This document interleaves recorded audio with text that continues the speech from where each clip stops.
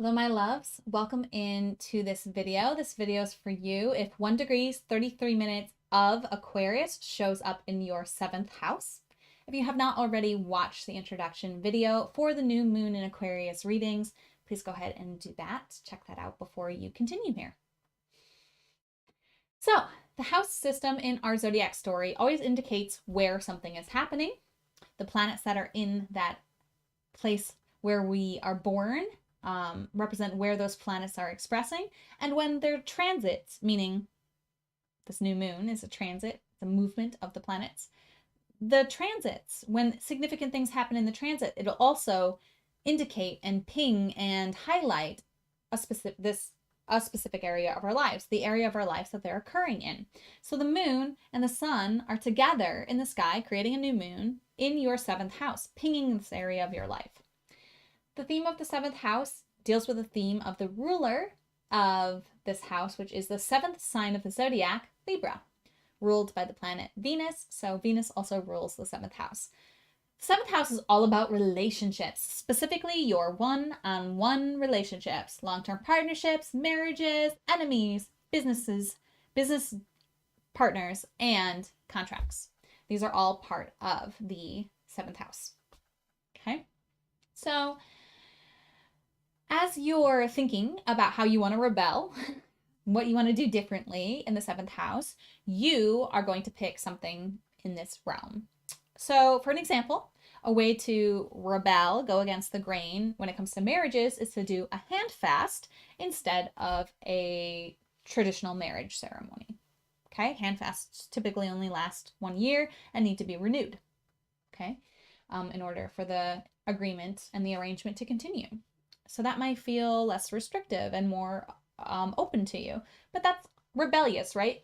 Only because it's different, right? As I'm using this word rebellious, I'm really meaning original, different, against the grain, okay? You might engage in business in a way that's rebellious, or a business that's rebellious with you and another person. It has to be you and another person. There may be a romantic partnership that you want to get into that's a little against the grain. Please use your guidance. Please make sure no one's hurt. Please make sure everyone is, what's the word I'm looking for? Make sure that there's consent. But there may be some active rebellion you want to do when it comes to a one-on-one relationship that you have with somebody, maybe a romantic relationship. Maybe the partner's against the grain. Maybe it's like someone in your family like just totally wouldn't choose for you and they're so outside the box of your family, but like you want to have a long-term relationship with them. That could be a way that you rebel, right? Go against the grain. You may befriend an enemy. That would be going against the grain, right? Turning them from an enemy to a friend. Again, use your guidance on this if it feels aligned to you to do that. Safe for you to do that. You know better for yourself whether that's true for you or not. Always listen to yourself. Trying to think of examples here, okay? But hopefully you've already come up with something that makes sense to you for a way that you're going against the grain when it comes to a one-on-one relationship, a one-on-one dynamic, or a contract that you have with another person. You might be going against the grain with that. Here's another example. Like I dropped my business insurance, okay? Because and that's a contract, right? So, and it was me and another entity, right? The insurance company contract. I dropped that contract because I want to live in a world where I can trust my human family to be able to work things out without getting lawyers involved, okay? So in order to act on that belief, which is rebellious, which is very optimistic, which is humanitarian focused, right? That's also the theme of Aquarius. But in order to act on that, I had to end the contract, okay? That kept me bound to being worried that I was going to be attacked by one of my human family members, okay? So that's an example too. Make sure you pick something before you watch me do the reading. I am going to talk a little bit more about the whole house system for a moment here, how it relates to the 7th house, and give you a little bit more information about the cycles and how they're interacting with each other. So if this is over your head or just not something you're interested in, or you don't use the whole house system, just scroll ahead to when the screen changes or where the timestamp for the reading starts. Okay. So whole house system. If your Aquarius is in the 7th house, that means that your rising sign was in Leo, is in Leo.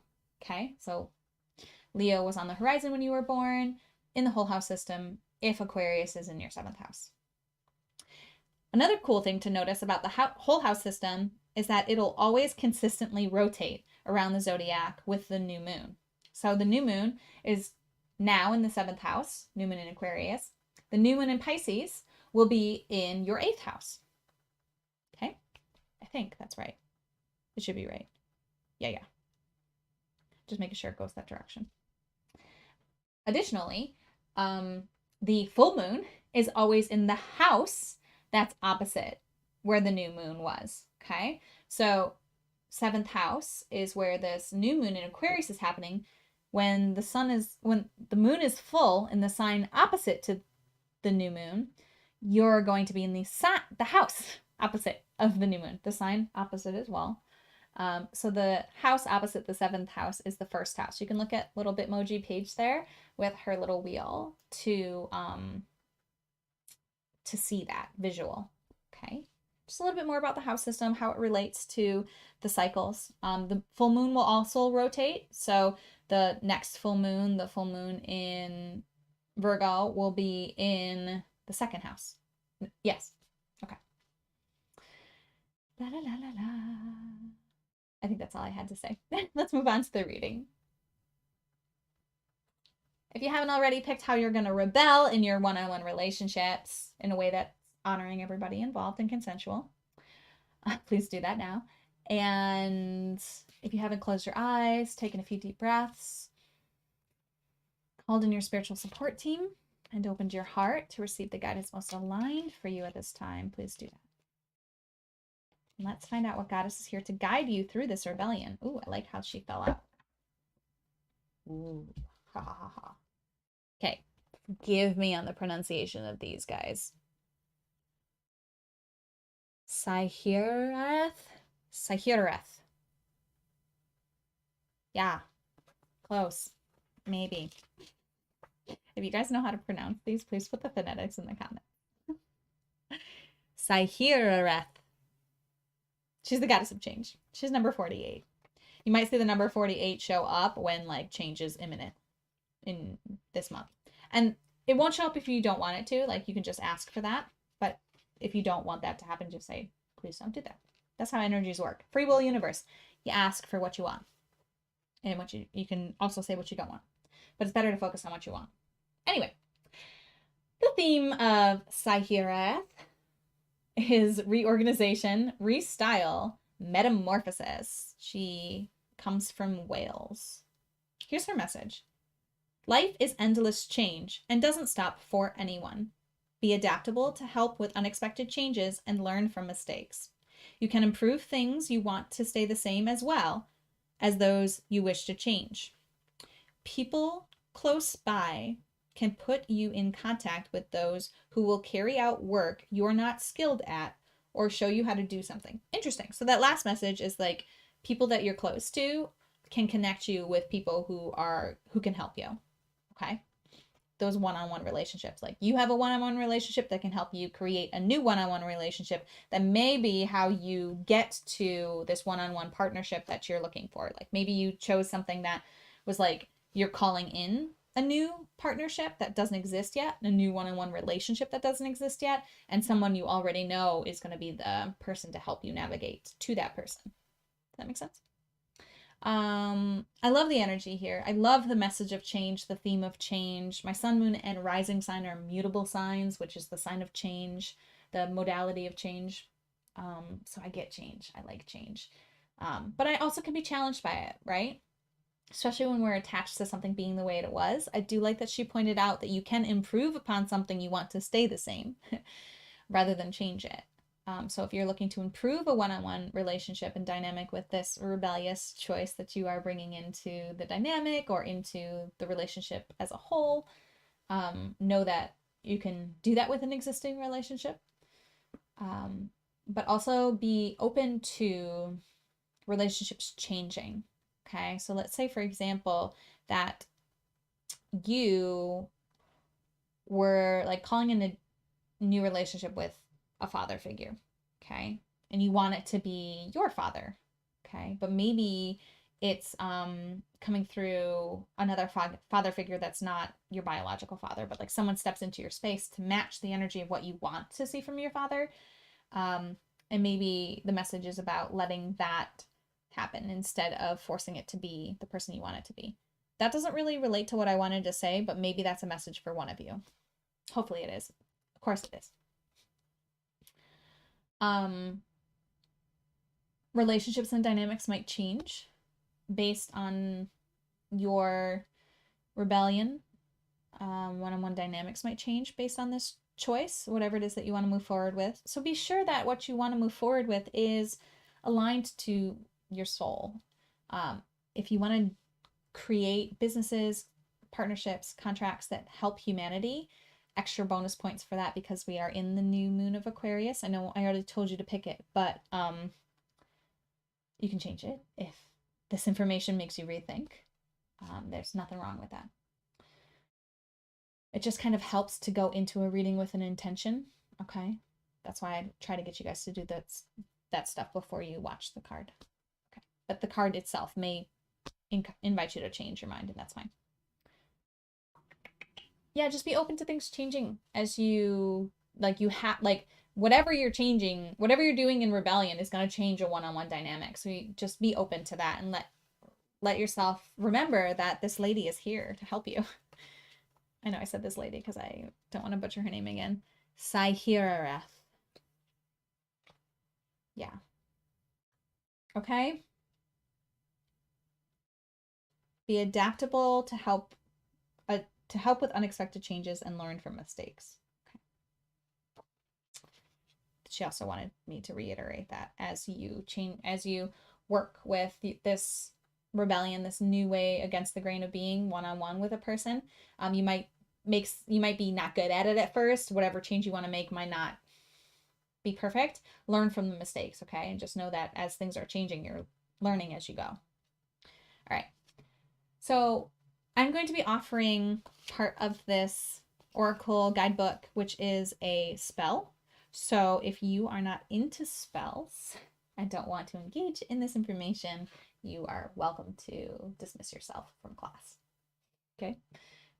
If you want to continue and hear what the book has to say, here we go. It says, this is Saihirareth's spell to change bad luck to good. Find one black candle and one white object. A black and white stone. Oh, find one black and one white object. A black and white stone, a piece of coal and chalk, a black and a white chess piece, a black and a white button, etc. Light 2 white candles and place the black item in front of the left candle and the white item in front of the right one. Sit in front of the candles for a few minutes. Hold the black item in your left hand and the white one in your right hand. Cross your hands and say, these bright candle flames are changing misfortune into good and light. With hands crossed, put the items back in the opposite position. Let the candles burn down for a while before you snuff them out. Bury the stubs and items, but keep the chess piece or buttons. Interesting.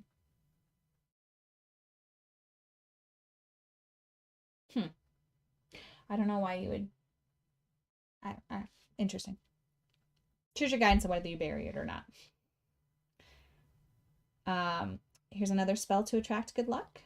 Look into a flowing river or stream and ask for any misfortune. I can't say that word today. Misfortune to flow away and good fortune to flow toward you. This is her spell to attract a good change of circumstances. Alter daily routines to a different time or order in which you do them to manifest a positive change. There you go. There are your spells to use along with this change if that feels good and right to you. I just noticed I'm wearing black and white. That's kind of funny with that message. All right. I'm complete. Enjoy your new moon. Let me know if you have questions. Let me know if this resonates. And as always, namaste. The universal light within me salutes and honors that universal light within you. Namaste.